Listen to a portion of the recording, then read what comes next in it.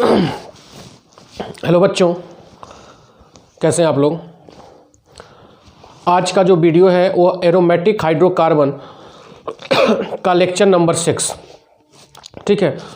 BSc second year का organic chemistry का जो है पेपर है, ये ऑर्गेनिक केमिस्ट्री का पेपर है। प्लेलिस्ट में जाएंगे तो एरोमेटिक हाइड्रोकार्बन का 5 वीडियो बन चुका है, आज 6वां वीडियो है, ठीक है। 5वें वीडियो हमने देखा था आर्थो पैरा डायरेक्टिंग ग्रुप क्या होता है, कैसे इलेक्ट्रोफाइल आके अटैक करेगा, ठीक है। गला फंस गया। आज हम लोग देखेंगे एरोमेटिक हाइड्रोकार्बन के लेक्चर नंबर 6 के वीडियो में देखेंगे एरोमेटिक हैलोजन कंपाउंड, ठीक है, मतलब एरिल हैलाइड। आज यह खत्म करेंगे एरिल हैलाइड, एरिल हैलाइड, ठीक है। एक एलिफैटिक हैलाइड होता है और एक क्या होता है, एरिल हैलाइड। एरिल हैलाइड क्या होगा कि जब ये टोटली बीएससी सेकेंड ईयर का है, ठीक है, BSc second year organic chemistry का, बात समझ में आ रहा है। तो होता क्या है कि जब बेंजीन रिंग से एक हाइड्रोजन को रिप्लेस कर दिया जाए, बेंजीन रिंग से एक हाइड्रोजन को रिप्लेस कर दिया जाए, किससे, हैलोजन से। किससे रिप्लेस किया जाए, हैलोजन से।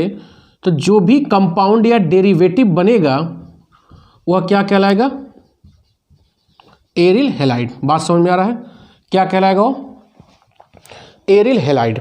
एक्स यहाँ पर क्या हम ले सकते हैं, x is equal to fluorine, chlorine, bromine या आयोडीन, हैलोजन। बात समझ में आ रहा है। अब देखो एरिल हैलाइड जो होता है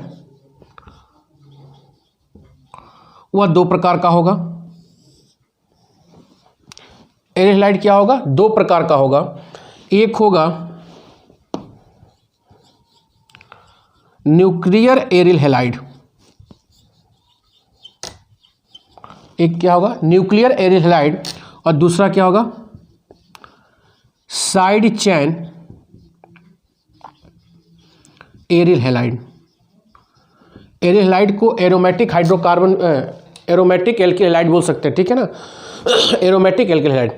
तो न्यूक्लियर एरिल हैलाइड क्या होगा, जब हैलोजन डायरेक्टली बेंजीन रिंग से जुड़ा हो, जब हैलोजन क्या हो, डायरेक्टली बेंजीन रिंग से जुड़ा हो, तो उसको हम क्या बोलेंगे, बोलो, सॉरी, Cl या कुछ भी ले सकते हैं, उसको हम क्या बोलेंगे, nuclear aryl halide. When halogen directly attach to the benzene ring is known as nuclear aryl halide. बात समझ में आ रहा है। दूसरा क्या होगा, साइड चेन में क्या होगा कि जो हैलोजन होगा वह बेंजीन रिंग से किसी कार्बन चेन की सहायता से जुड़ा हो। जैसे यह हैलोजन इस कार्बन से जुड़ा, यह कार्बन तब जुड़ा है, तो उसको क्या बोलेंगे, साइड चेन एरिल हैलाइड। बात समझ में आ रहा है, उसको हम क्या बोलेंगे, साइड चेन एरिल हैलाइड। चाहे एक ही कार्बन से क्यों ना हो, जैसे यहाँ एक कार्बन है, यहाँ पर 2 कार्बन ले लो, ठीक है,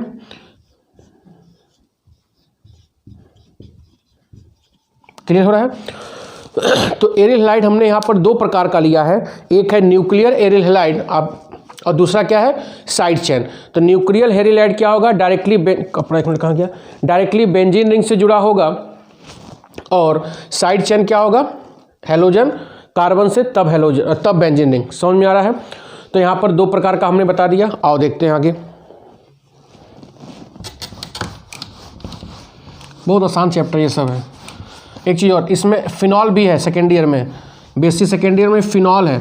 तो फिनॉल मैं पढ़ा चुका हूँ, आप मेरे अल्कोहल ईथर फिनॉल में चैप्टर में जाएंगे तो फिनॉल उसमें पूरा डिटेल बीएससी लेवल तक का पढ़ाया गया है, नोट्स भी उसमें है, ठीक है।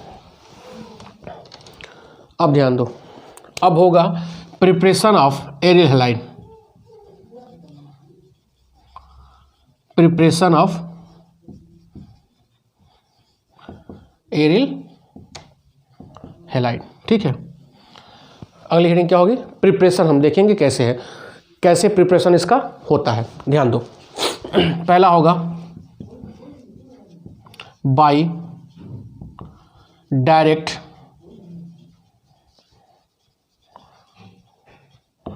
हैलोजिनेशन, बाय डायरेक्ट हैलोजिनेशन के द्वारा। ध्यान दो, बेंजीन ले लो, कोई हैलोजन FeBr3,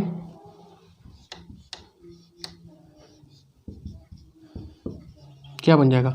ब्रोमोबेंजीन। बात समझ में आ रहा है? Cl2 FeCl3 और AlCl3 इलेक्ट्रोफिलिक सब्स्टिट्यूशन रिएक्शन का एग्जाम्पल है क्लोरोबेंजीन। ठीक है, यहाँ पर यह किसकी तरह काम कर रहे हैं? यह सब किसकी तरह काम कर रहे हैं? लेविस एसिड की तरह। किसकी तरह काम कर रहे हैं? लेविस एसिड की तरह। क्लियर हो रहा है? देखो कैसे हो रहा है। इसका मैकेनिज्म मैं कई बार पढ़ा चुका हूँ, थोड़ा सा मैं बता भी दे रहा हूँ।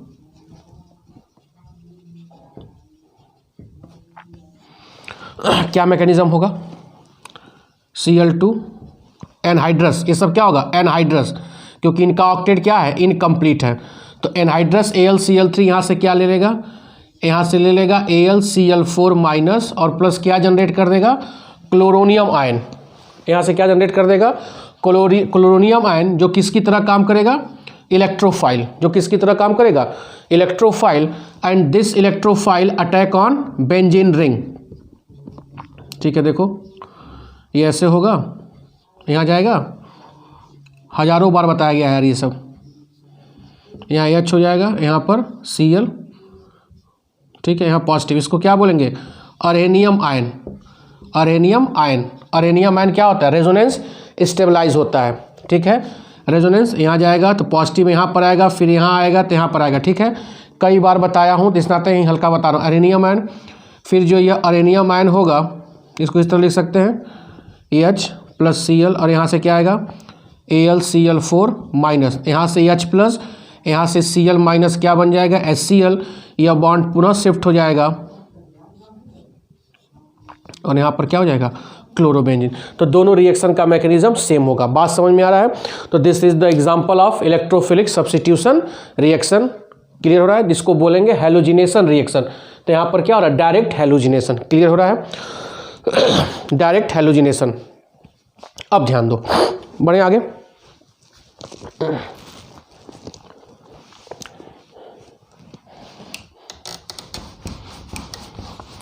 नोट्स मिल जाएगा, इसका नोट्स लिंक मिलेगा। ठीक, घबराइएगा मत, लेकिन वीडियो देखेंगे तभी समझ में आएगा। और लोगों ज़्यादा से ज़्यादा शेयर करो, क्योंकि बहुत से बच्चे कोचिंग नहीं पढ़ रहे हैं।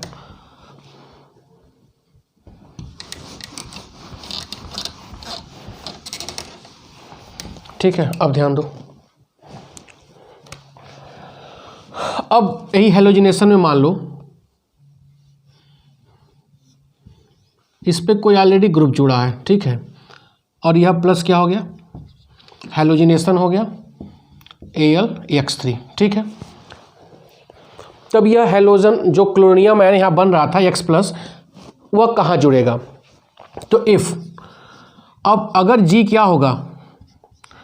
आर्थो पैरा डायरेक्टिंग होगा।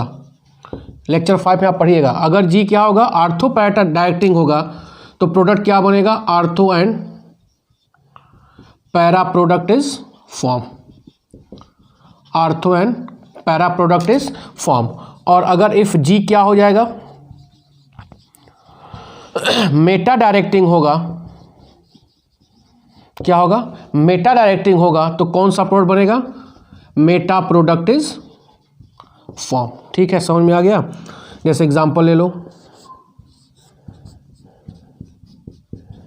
एनिलीन हो गया,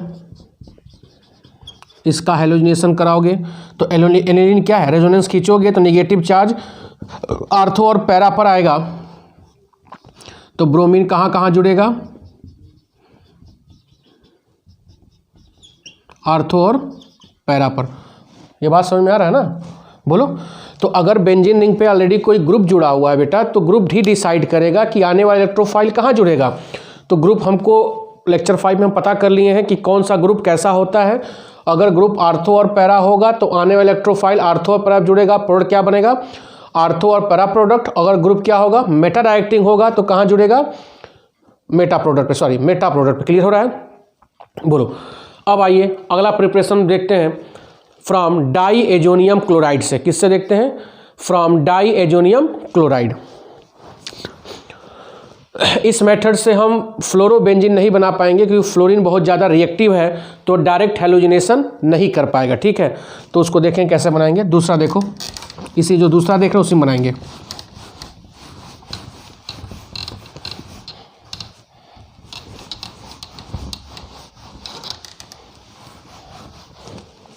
दूसरा मार्कर ले लें, ब्लैक मार्कर दो। ठीक है, अब देखो दूसरा किससे है, फ्रॉम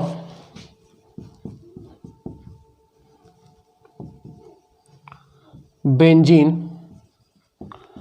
डाईएजोनियम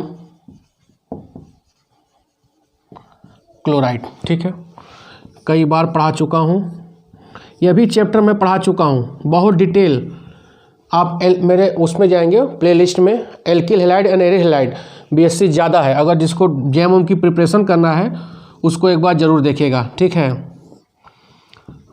CuCl के साथ गर्म करो, CuBr के साथ गर्म करो, या पोटेशियम आयोडाइड के साथ गर्म करो, तो सीधे क्या बन जाएगा, क्लोरोबेंजीन। फिर क्या बन जाएगा, ब्रोमोबेंजीन। फिर क्या बन जाएगा, आइडोबेंजीन। समझ में आ रहा है। अब देखो ये कैसे बनेगा, फ्लोरोबेंजीन की बात कर रहे हैं, N2Cl4 HbF4 फ्लोरो बोरिक एसिड, इसका नाम क्या, फ्लोरोबोरिक एसिड। तो यहाँ से क्या निकल जाएगा, H, अरे सॉरी यहाँ से H और यहाँ से Cl, क्या निकल गया, HCl, N2BF4 बना। इसको हीट करो, इसको यहाँ से क्या करेंगे, हीट करेंगे, तो यहाँ से देखो क्या निकल जाएगा, N2 गैस, और यहाँ से B और यहाँ से 3 फ्लोरीन, क्या निकल गया, BF3, और क्या बन गया, फ्लोरोबेंजीन। बात समझ में आ गया। ये भी इंपॉर्टेंट रिएक्शन है, बहुत सिंपल है, कई बार पढ़े हैं। तो बेंजीन डाइएजोनियम क्लोराइड से आप साइनोबेंजीन प्राप्त कर सकते हो, CuCN से कराओगे तो साइनोबेंजीन प्राप्त हो जाएगा। ठीक है, जैसे अगर बोला जाए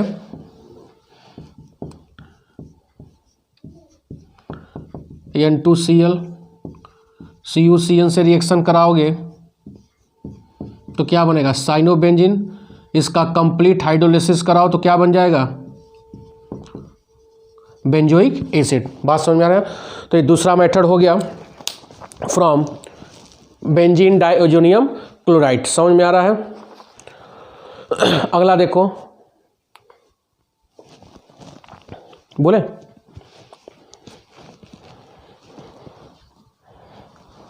मिठाई,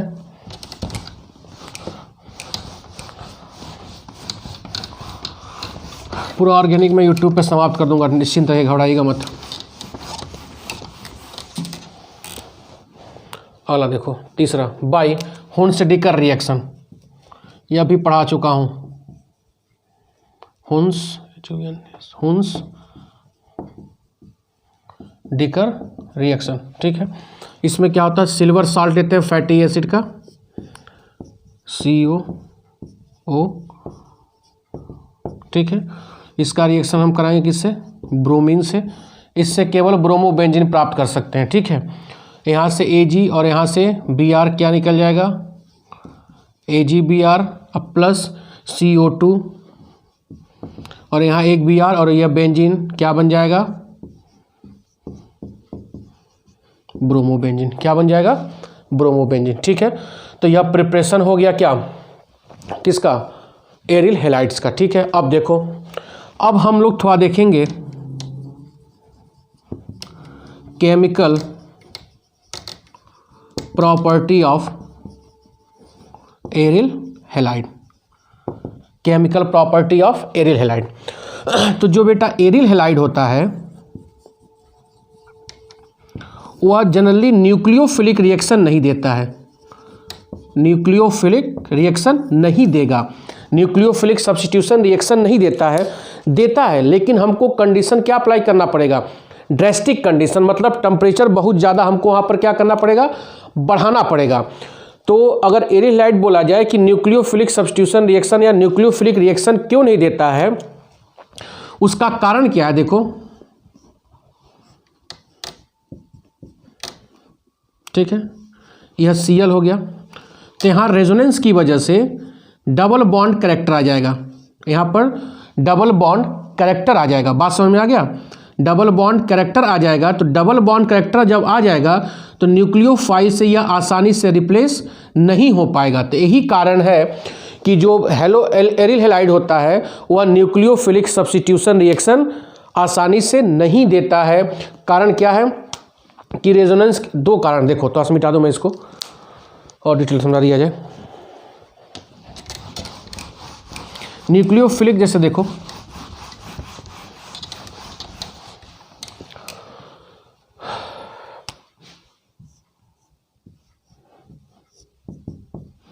यह Cl है, इसका रिएक्शन कराओ NaOH से नॉर्मल कंडीशन पे, तो क्या हो जाएगा? नो रिएक्शन, क्योंकि यहाँ न्यूक्लियोफाइल क्या है? OH minus, no reaction. ठीक है, कारण देखो होता क्या है। अगर हम बोलें कि भैया aryl halide versus alkyl halide, बड़ा इंपॉर्टेंट टॉपिक है, aryl halide versus alkyl halide. ठीक है, एरिल हैलाइड न्यूक्लियोफिलिक रिएक्शन नहीं देता है, यह देता है। कारण देखो X, ठीक है, बेंजीन का जो यह कार्बन होगा यह sp2 होगा, और यह बेंजीन का जो कार्बन होगा एल्किल हैलाइड में वह क्या होगा? sp3। तो इसका यह बॉन्ड लेंथ क्या होगा? कम होगा। जब बॉन्ड लेंथ कम होगा तो यह बॉन्ड क्या होगा? स्ट्रांग होगा। sp2 है, p ऑर्बिटल का इन्वॉल्वमेंट कम है यार, तो यह बॉन्ड लेंथ क्या होगा? कम होगा, तो बॉन्ड क्या होगा? स्ट्रांग होगा। यहाँ पे sp3 है तो यह बॉन्ड लंबा होगा, तो यह बॉन्ड क्या होगा? वीक होगा, तो आसानी से यह क्या हो जाएगा? रिप्लेस हो जाएगा। लेकिन यह आसानी से रिप्लेस नहीं हो पाएगा, क्योंकि यह बेंजीन का जो CX बॉन्ड है यह क्या है? ज़्यादा स्ट्रांग है, क्योंकि यहाँ पर क्या है? sp2 hybridisation. ठीक है, दूसरा कारण क्या है कि यहाँ पर रेजोनेंस की वजह से, यहाँ रेजोनेंस की वजह से डबल बॉन्ड कैरेक्टर आ जा रहा है, जो आसानी से यह ब्रेक नहीं हो पाएगा। जब ब्रेक नहीं हो पाएगा तो भी आसानी से रिप्लेस नहीं हो पाएगा। तो यही कारण है कि aryl halide does not gives nucleophilic reaction, does not give nucleophilic reaction. तो न्यूक्लियोफिलिक रिएक्शन क्या देगा? तो यहाँ पे हमको क्या अप्लाई करना पड़ेगा? Drastic condition. देखो कैसा ड्रेस्टिक कंडीशन, जैसे ये रिएक्शन था NaCl जो NaOH का था,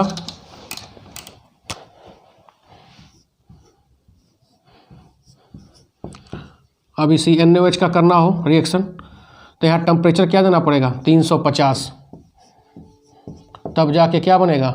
फिनॉल बनेगा। देखो ड्रेस्टिक कंडीशन, बहुत ज़्यादा टेम्परेचर है। ठीक है, यहाँ पर देखो Cl प्लस 2 मॉलिक्यूल अमोनिया ले लो, यहाँ पर 250 डिग्री सेंटीग्रेड। अब यहाँ से क्या बन जाएगा? एनिलीन बन जाएगा और NH4Cl बन जाएगा। क्लियर हो रहा है? तो यह बेटा न्यूक्लियोफिलिक रिएक्शन कब देगा? जब बहुत ज़्यादा ड्रेस्टिक कंडीशन अप्लाई कर देंगे, तभी जाके क्या देगा? यह न्यूक्लियोफिलिक रिएक्शन। ठीक है, आगे देखो।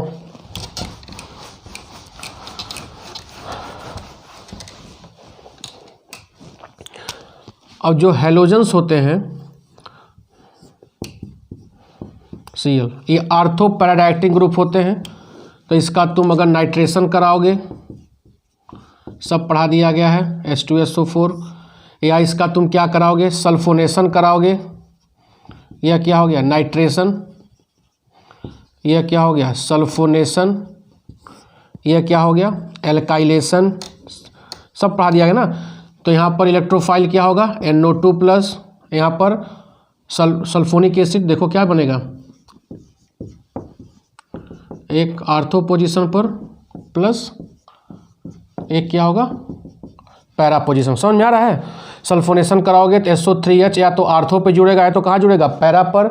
एल्काइलेशन कराओगे तो CH3 यहाँ जुड़ेगा और CH3 यहाँ पर, मतलब एक आर्थो बनेगा और एक पैरा बनेगा। सब पढ़ा है, ठीक है, क्योंकि यह कौन सा है? आर्थो और पैराडाइएक्टिक ग्रुप X।